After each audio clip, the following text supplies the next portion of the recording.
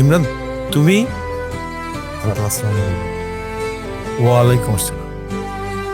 আপনার আমাকে অফিসে লাঞ্চ আওয়ার একটা ছেলে খুব বিরক্ত করে।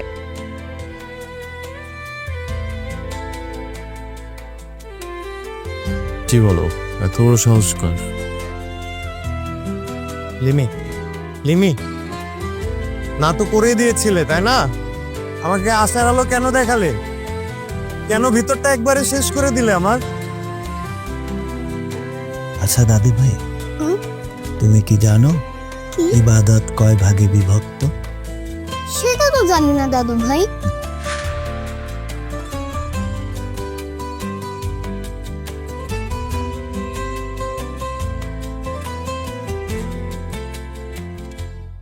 কোরআনের বিভিন্ন স্থানে মহান আল্লাহ তাআলা অনাহারীকে অন্ন দান করার আদেশ দিয়েছেন, উৎসাহিত করেছেন।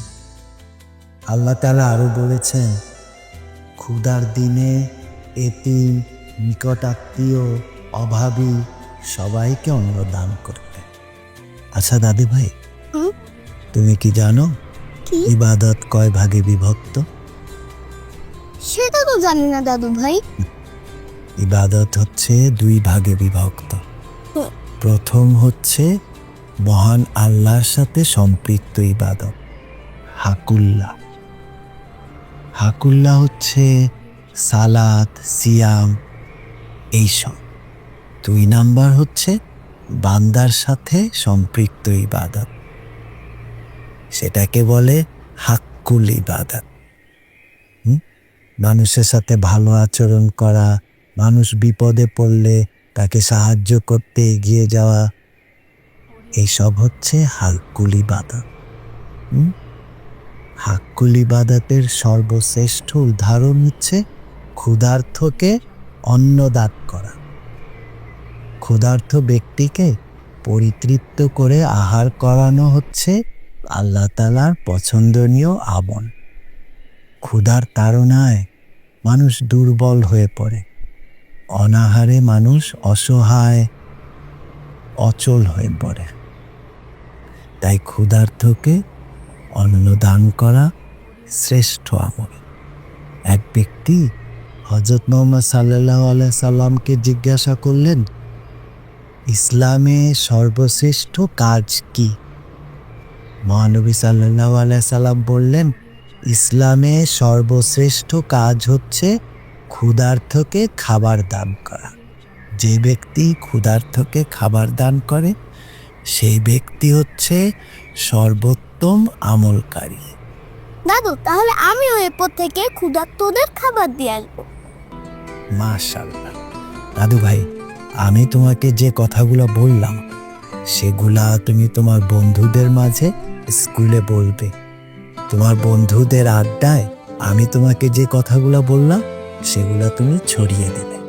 আমি কেন বলবো দাদু ভাই? ওদের দাদুরা ওদেরকে বলবে, আমি কেন বলতে যাব দাদু ভাই? তা তো ভুল কথা বললে দাদু ভাই। শুধু তুমি একা ভালো থাকলে তো দুনিয়া সুন্দর হবে না, তোমার আশেপাশে সবাইকে ভালো থাকতে হবে। সবার মধ্যে মহান আল্লাহর ভীতি আর নৈতিকতা ছড়িয়ে দিতে হবে। তুমি একা ভালো থাকলে দেখবে দিন দিন দুনিয়া তোমার কাছে জেলখানা হয়ে যাবে। তাহলে দাদু, আমি ওদের মাঝে এগুলো ছড়িয়ে দিব। Very good. আমার দাদু ভাই হচ্ছে দুনিয়ার শ্রেষ্ঠ দাদু ভাই, শ্রেষ্ঠ দাদু ভাই।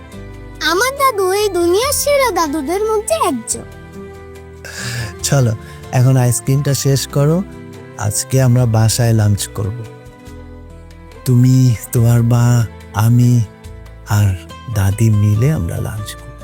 আর আবরার যদি বাসায় থাকে তাহলে আবরারকে আমরা খাবার সময় ডেকে দিব।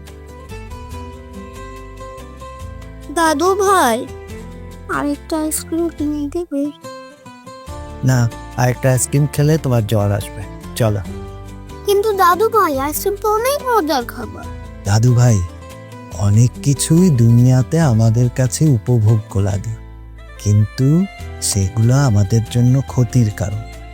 চলো, কালকে আবার আরেকটা কিনে দেবা।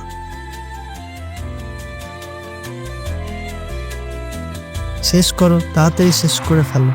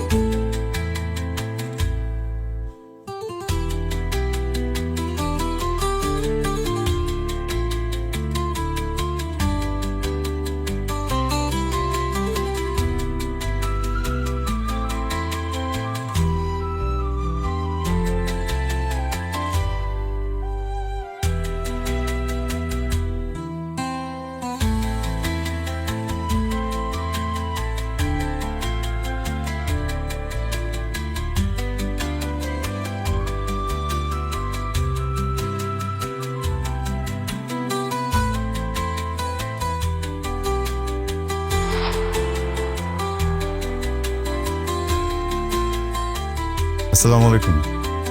ওয়ালাইকুম সালাম। কি নাম তোমার? আসাদ।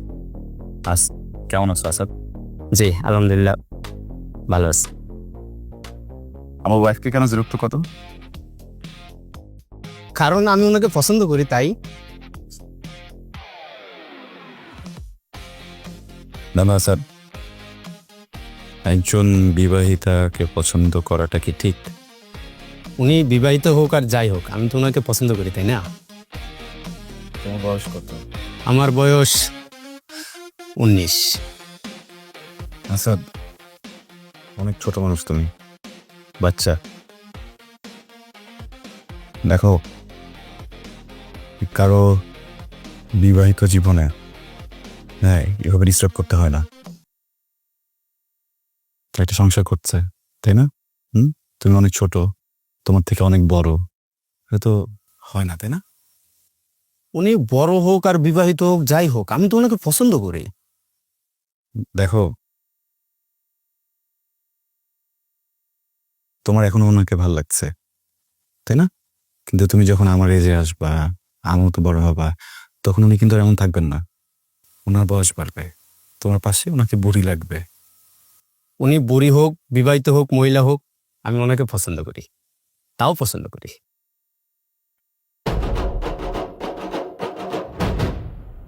আমি আসলে অনেক সুন্দরভাবে তোমাকে বোঝানোর চেষ্টা করেছি, কিন্তু এভাবে হবে না, একটু অন্যভাবে ট্রাই করতে হবে। অন্যভাবে মানে? Sorry Asad, sorry. চোখটি একটু বন্ধ করবে?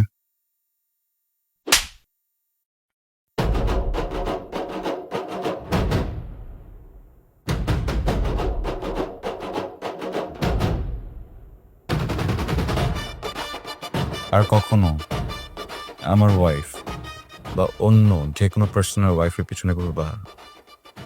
না আঙ্কেল, না। ডিস্টার্ব করবা? না আঙ্কেল। আমাকে আঙ্কেল মনে হয়? উনি যদি বিবাহিতা বুড়ি মহিলা হয় তাহলে তো আপনি আঙ্কেলই হচ্ছেন। Point point. ভয় পাওয়ার কিছু নেই, দেখে এসো। আর যদি কখনো তোমাকে এই কাজটা আবার করতে দেখি, আমি কি করব?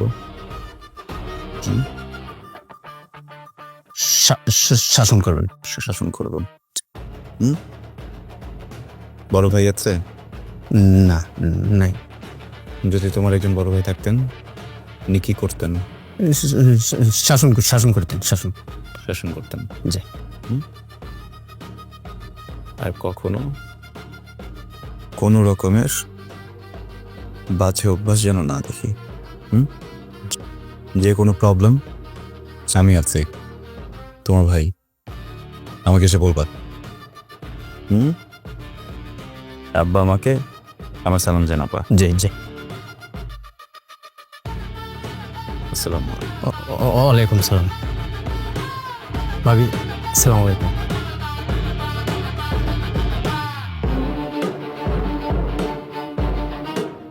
ও আবরার, কি? আমি বুড়ি মহিলা। আরে বাবা, একটু তোমাকে বোঝানোর জন্য বললাম। আমি আন্টি। হ্যাঁ, 19 বছরের একটা বাচ্চা, ওকে কিভাবে বুঝতাম বলো? আই থট কোনো গ্যাংস্টার হবে, বড় কেউ হবে, বাচ্চা একটা ছেলে। অন্যভাবে বোঝানো যেত। হুম। সরি। হয়েছে, আর বোঝাতে হবে না, তুমি যাও। যাবো না? আপনাদের আসছি লাঞ্চ করে যাই। কোনো দরকার নেই স্যার, থ্যাংক ইউ, আপনি যান। লাঞ্চ তো আমি করে যাবো।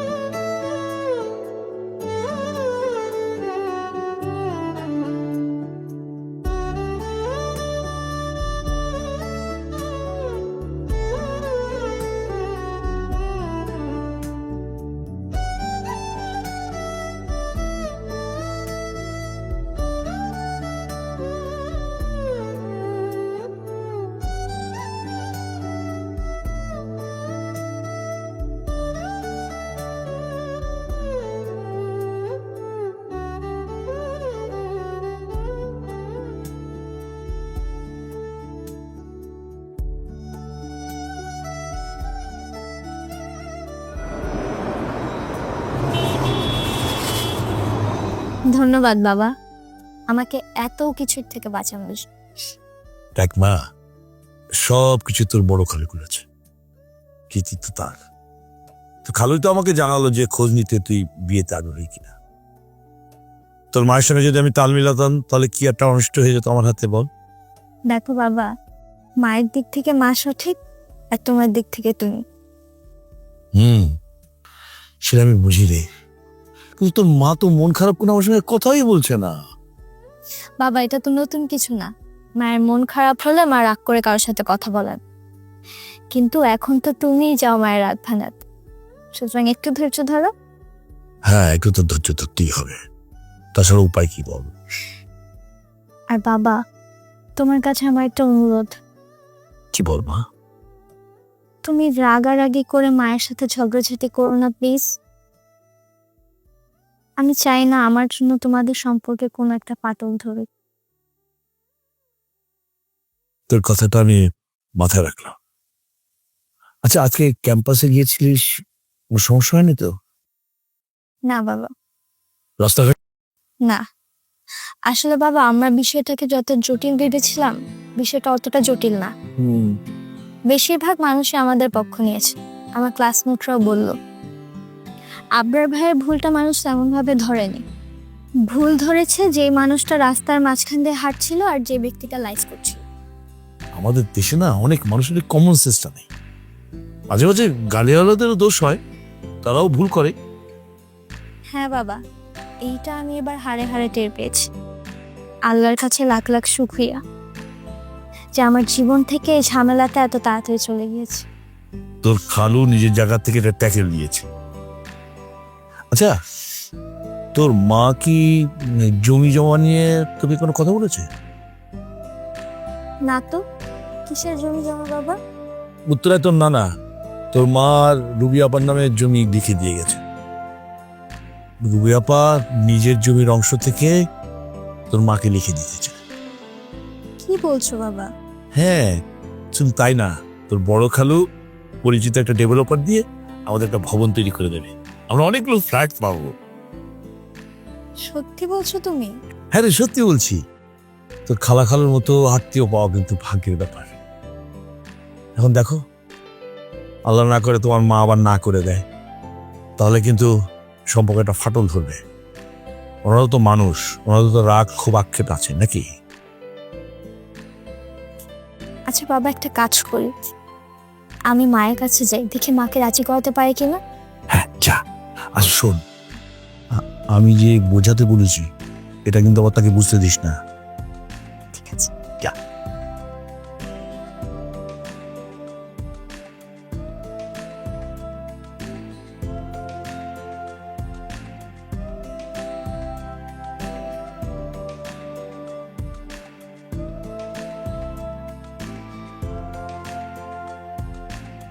মা কি করছো?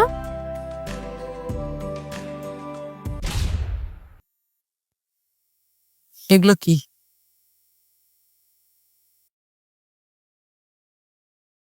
তুই ওকে কতদিন ধরে পছন্দ করিস? মা আসলে তুই ওকে কতদিন ধরে পছন্দ করিস? ছোটবেলা থেকে। দেখ লিমি, তোর বয়স এখন অনেক কম।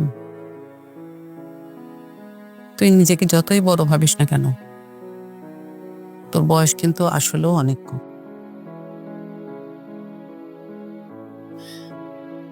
আমরা না বুঝে আমাদের নিজেদের মনের ভিতরে এমন ভাবনা পোষণ করে রেখে দেই যেটা পরে আমাদেরকে কষ্ট দেয়। দেখ, ওরা অনেক ধনী আর আমরা মধ্যবিত্ত। তুই যাকে ছোটবেলা থেকে পছন্দ করে রেখে দিয়েছিস, সে তো ওকে নিয়ে ভাবেও না। বাস্তবতার মধ্যে থাকতে শিখিস। তুই সবসময় জিজ্ঞেস করিস না যে তোর খালামণির সাথে আমার দূরত্ব এতটা কিসের? আজকে আমি তোকে কাহিনীটা বলছি। আসলে তোর খালুর সাথে আমার এই বিয়ের সম্পর্ক হওয়ার কথা ছিল। তোর খালু আমাকে বাড়িতে দেখতেও এসেছিল, কিন্তু আমি তো আর তোর খালার মতো এত মেধাবী ছিলাম না, ভালো ছাত্রীও ছিলাম না। সে কারণে তোর খালু তোর খালামণিকে পছন্দ করে। কিন্তু তোর নানাই বিয়েতে বেঁকে বসেন। তিনি বললেন এই বিয়ে কোনোভাবে সম্ভব না। সেই ঘটনা ওখানেই শেষ হয়ে গেছিল। তারপর তোর খালা ওসমান ভাইয়ের সাথে সম্পর্ক করে ফেলে। এটা যখন বাবা জানতে পারে, তখন বাবা ওসমান ভাইয়ের সাথে তোর খালার বিয়ে দিয়ে দেয়।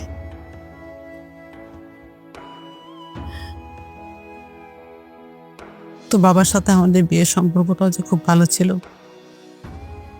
তা ছিল না। সংসারটাও খুব যে ভালোভাবে গড়িয়েছিল তা না। অবশ্য এর জন্য আমি আমাকেও দোষারোপ করি, কারণ আমি ছোট থেকে ওসমান ভাইকে অনেক পছন্দ করতাম। তাকে আমি বলতে পারি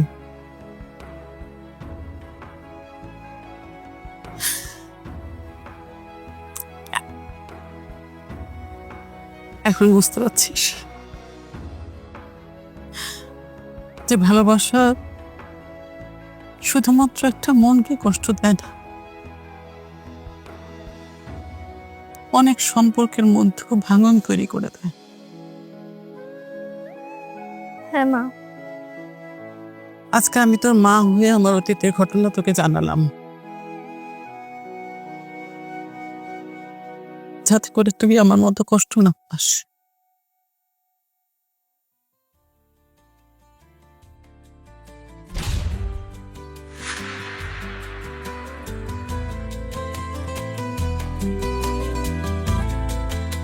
এই দুষ্টু, ছি, বাজি ধরো, বাজে গাজি বলে একদম। খালু মানুষ বাজি ধরে? হ্যাঁ, ওইটারে রিভেঞ্জ নিচ্ছি। ওকে, ঠিক আছে মহিলা। মহিলা মানে? বড় আব্বু, আপনি হাসছেন? আমি সিরিয়াস একটা ব্যাপার বলছি। আমার বিয়েটা না ভেঙে গেছে। কি বলিস? কি শোনালি এটা বন্ধু?